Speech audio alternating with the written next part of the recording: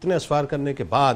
مرشد اتنے قیمتی ہیرے کو تو ویسے ہی اپنے پاس رکھتا ہے کہ یہ تو میرا لال ہے، میری گدڑی کا ایک ایسا لال ہے کہ جس کو میں اپنے پاس، لیکن وہی بات ہے کہ آپ نے بھیجا ایک خاص مشن کے لیے، تو مقصد کیا تھا؟ دوسرا بالخصوص دین اکبری کا جو فتنہ ظاہر ہے وہ بپا ہو چکا تھا، تو دین اکبری کیا تھا، کیسے وجود میں آیا، یہ ذرا آج آپ تھوڑا سا جو تاریخ کے اسٹوڈنٹس ان کو بتائیے ذرا، اور بہت مائکرو لیول پہ جا کے بتائیے۔ بسم اللہ الرحمن الرحیم۔ حضرت نے خواجہ محمد امکنگی رحمۃ اللہ تعالیٰ علیہ کا ذکر فرمایا،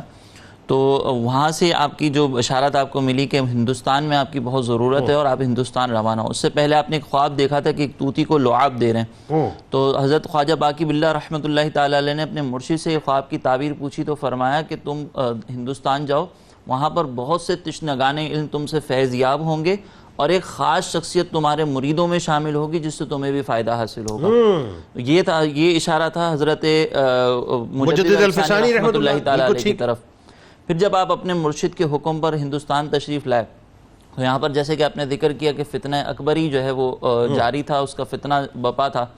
اور یہ دین الہی کے نام سے اس نے اپنا ایک دین بنایا ہوا تھا۔ ٹھیک ہے، دیکھیں ہمارے یہاں پر بھی ایک مذہبی ہم آہنگی کی بات ہوتی ہے، لیکن وہاں پر بھی مذہبی ہم آہنگی کی بات تھی۔ اس میں ایک چیز بہت بنیادی طور پر یہ ضروری ہمیں جاننا ہے کہ ایک ہوتا ہے کہ کسی دوسرے مذہب سے اعراض کرنا، ٹھیک ہے، کسی کی غلطی سے اعراض کرنا۔ آپ کو پتہ ہے کہ یہ سامنے والا غلطی کر رہا ہے اور آپ اسے نظر انداز کر رہے ہیں۔ یہ تو بعض اوقات اسلام نے،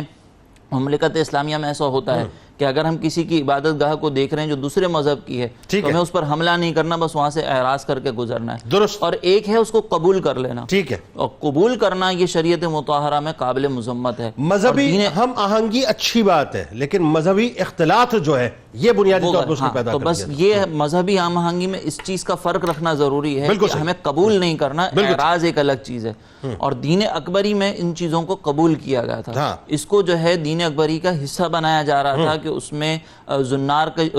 کو پہننا بہت زیادہ عام ہو رہا تھا، شراب نوشی عام ہو رہی تھی، اس کے علاوہ عام ہو گیا تھا، تلک لگانا، اور اس کے علاوہ جو ان کی سب سے زیادہ خرافات تھی وہی تھی کہ آفتاب کی عبادت کرنے کے لیے وقت مقرر تھا، ٹھیک ہے، گائے کی پوجا کی جا رہی تھی، ٹھیک ہے۔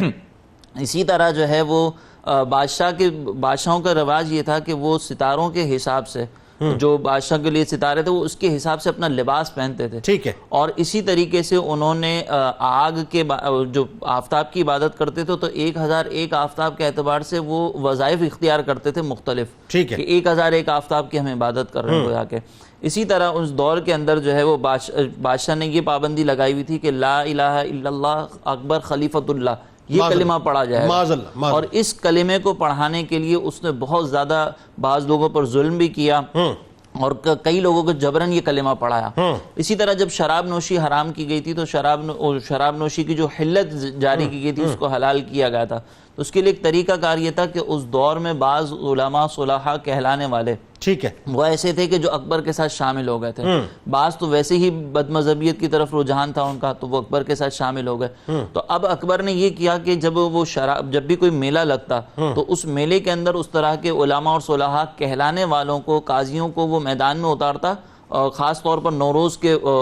موسم میں، اور پھر ان سے شرابیں پلواتا تاکہ لوگوں کو ترغیب حاصل ہو۔ تو اسی طریقے سے اس نے خواتین کے پردے پر پابندی لگائی تھی کہ وہ خواتین جب باہر نکلے، نوجوان خواتین، تو اپنے چہروں کو انہیں چاہیے کہ وہ کھلا رکھیں۔ ٹھیک ہے، تو یہ سارے فتنے، پھر اس نے اور دیگر خرافات، آپ دیکھیں وہاں سے چلے نا، آپ سب سے پہلے تو دیکھیں اس نے تو معاذ اللہ الہات کا جو ہے وہ بنیاد رکھی کہ اللہ کے تصور کو ختم کر دیا، اس پہ آگے میں ذکر کر رہا ہوں کہ یہ تو چھوٹی چھوٹی چیزیں جس کی وجہ سے ہمارے ہاں پر بہت زیادہ آج بھی فتنے ہم دیکھتے ہیں کہ اس نے شادی بیاہ کے خرافات اور جاری کیے۔ یہ تو چھوٹی چھوٹی چیزیں، بہن بھائیوں کا نکاح جو ہے اس نے جائز قرار دے دیا، یہ بہن بھائیوں کا نکاح یہ بڑی چیزوں میں آ گیا نا۔ اس نے پہلے تو چھوٹی چھوٹی چیزوں سے شروعات کی، پھر اس کے بعد یہ اس حد تک آگے بڑھا کہ اس نے خدا کا بھی انکار کیا، اس نے نبیوں کا بھی انکار کیا، زنا کو حلال ٹھہرایا، جیسے کہ وہ زنا بالجبر، زنا بالرضا، ہمارے یہاں پر بھی کبھی کبھی گفتگو ہوتی ہے، بدکاری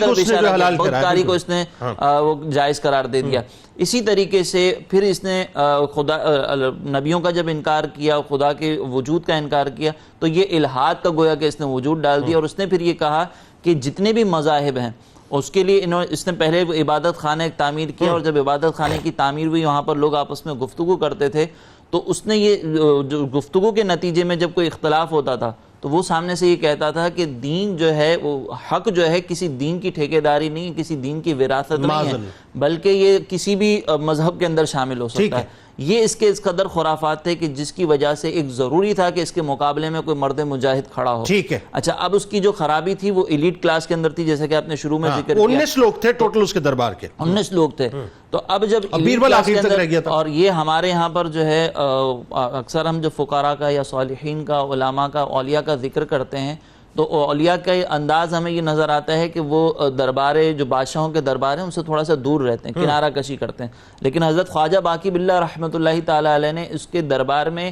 اس لیے رسائی حاصل کی تھی کہ اس کی اصلاح کی جائے۔ اگر وہاں پہ خرابی پیدا ہوگی تو پھر اس کے بعد جو ہے وہ خرابی عوام الناس میں چلی جائے گی۔ اور دیکھیں نا اس نے تو ایک مشترک جو ہے عبادت خانہ بنایا جہاں پہ تمام مذاہب کو اکٹھا کیا کرتا تھا، اور معاذ اللہ مطلب جیسے یہ ختنہ کی رسومات ہیں، دیگر چیزیں جو ہیں اس نے بھی اس کے لیے ایک سرٹن ایج رکھ دی کہ اس سے پہلے نہیں ہو پائے گا، یعنی ایون معاذ اللہ ثم معاذ اللہ واقعہ معراج کا، اب ظاہر ہے جو اللہ کا انکار کر دے، جو نبی کا انکار کر دے، باقی کیا رہ گیا؟ تو واقعہ معراج کا تمسخر بنانا، جبرائیل امی کا تمسخر بنانا، یعنی درباریوں کو بٹھا کے باقاعدہ شاعر اللہ کا تمسخر بنانا، یہ اس کا وتیرہ تھا۔